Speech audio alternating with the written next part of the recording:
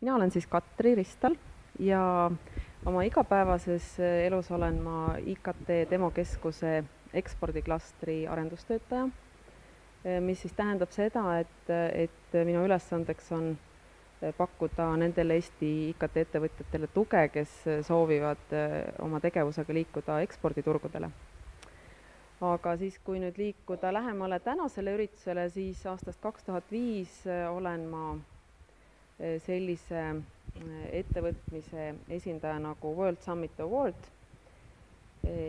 ja selle raames on siis ka see M-teenuste konkurss ellu kutsutud.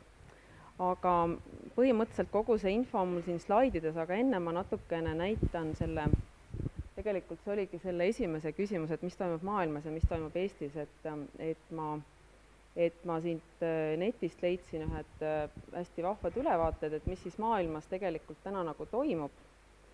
Ja ma kiiresti näitan need teile ära, et siin on siis näha, et tegelikult 27% maailma telefonidest, kasutusel olevatest telefonidest on nutitelefonid ja ligi 3/4 või tugevalt üle poole on siis nii-öelda need kõige tavalisemad telefonid, mida meie inimesed võib-olla enam ei kasutagi, et teadupärast maailmas on nüüd ületanud siis nutitelefonide müük juba tavatelefonide müügi ja sama on juhtunud ka Eestis. Ja nagu me siin ennem just rääkisime, siis veel paar aastat tagasi mõni ämm oli siin vaadanud kummastava näoga nutitelefoni ja öelnud, et mis asi see on, ja siis täna juba tuleb ja näitab, et jee, mul on ka nutitelefon.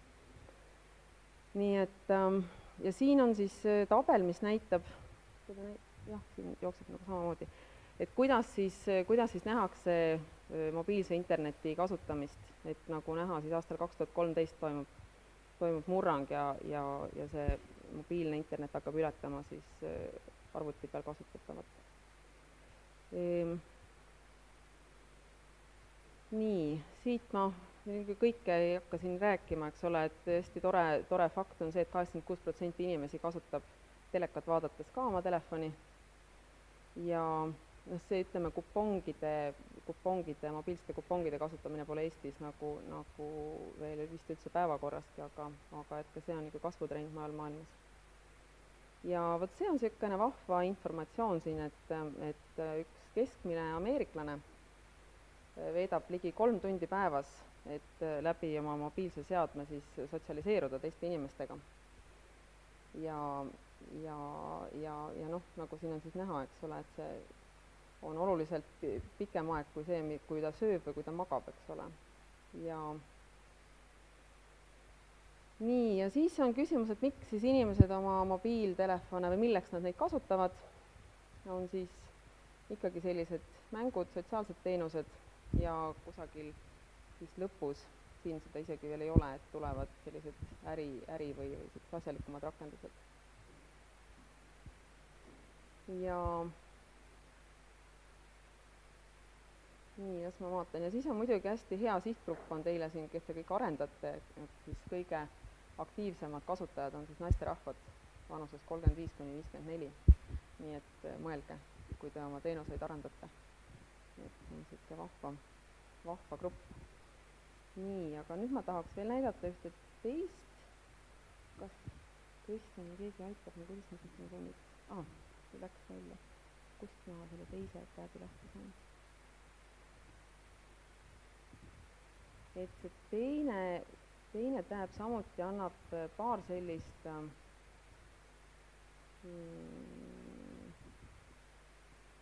statistilist ülevaadet, mida ma ei hakanud nagu tekitama mingisugust eraldi PowerPointi selle jaoks, et kuidas see äpi majandus maailmas on siis arenenud, et kui esimene nutitelefon tuli siis 90ndate alguses ja siis need nutikad teenused olid tal siis see, et tal oli kalender ja aadressiraamat ja kella sai umbes määrata ja olid sellised tänapäevaks juba väga lihtsad teenused. Et siis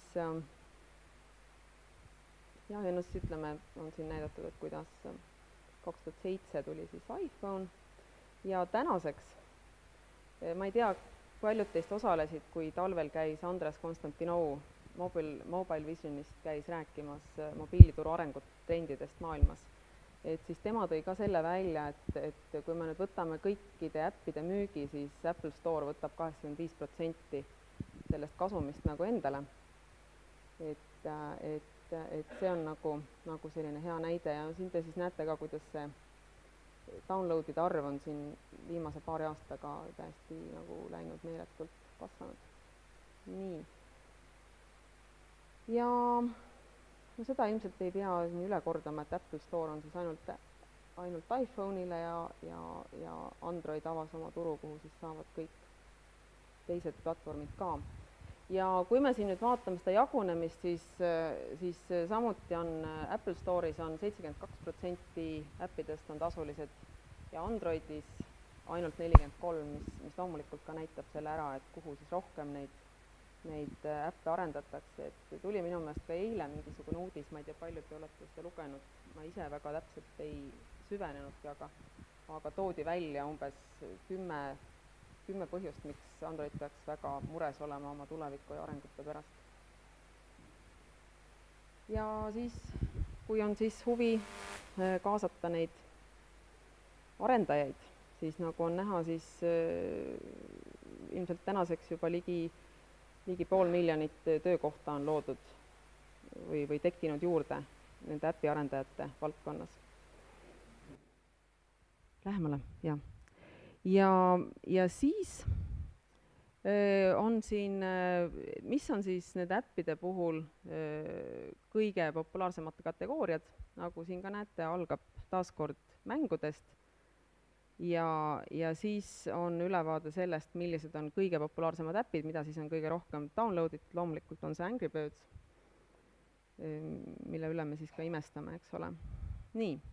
Aga vist selles osas ma vist siin nüüd selle ülevaatega lõpetan, et mõned lingid saan teile pärast jagada kõik, et see ei ole nagu, ma arvan, et pole praegu nii oluline. Nii, taust suurepärane, aitäh, aga minu küsimus on siiski eelkõige see, et kuidas, mis meil nüüd siin Eestis toimuma hakkab, ehk siis me oleme näinud seda, mis toimub välismaal, aga mis see nagu meisse puutub? Nii.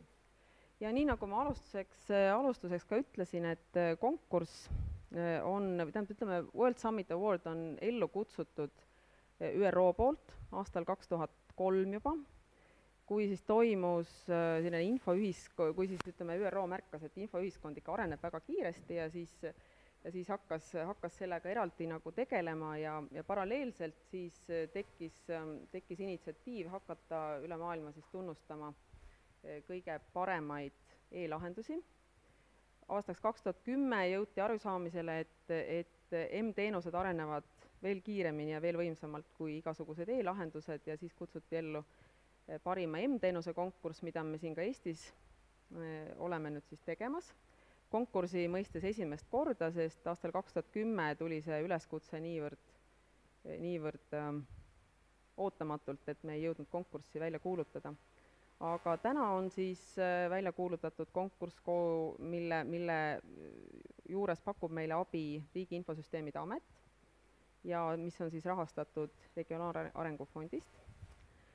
Euroopa rahadega olge alati kõik väga usinad neid kasutama, sest teil on praegu võimalik neid kasutada. Varsti saavad otsa. Nii. Ja ma kiirelt käin nüüd läbi need erinevad kategooriad, mis siin konkursil on. Põhimõtteliselt nii palju veel ütlen ära, et konkursile Kristjan küll kutsub üles siin kõiki kiiresti äppe arendama, aga konkursil on siiski oodatud just nimelt juba valmis rakendused, et igasugused vahvad ideed ja mõtted, mis teil peas on, et need jäävad sinna Garage 48 mängumaale, et saate seal neid edasi arendada ja seal on ka väga head mentorid, kelle käest siis abi paluda.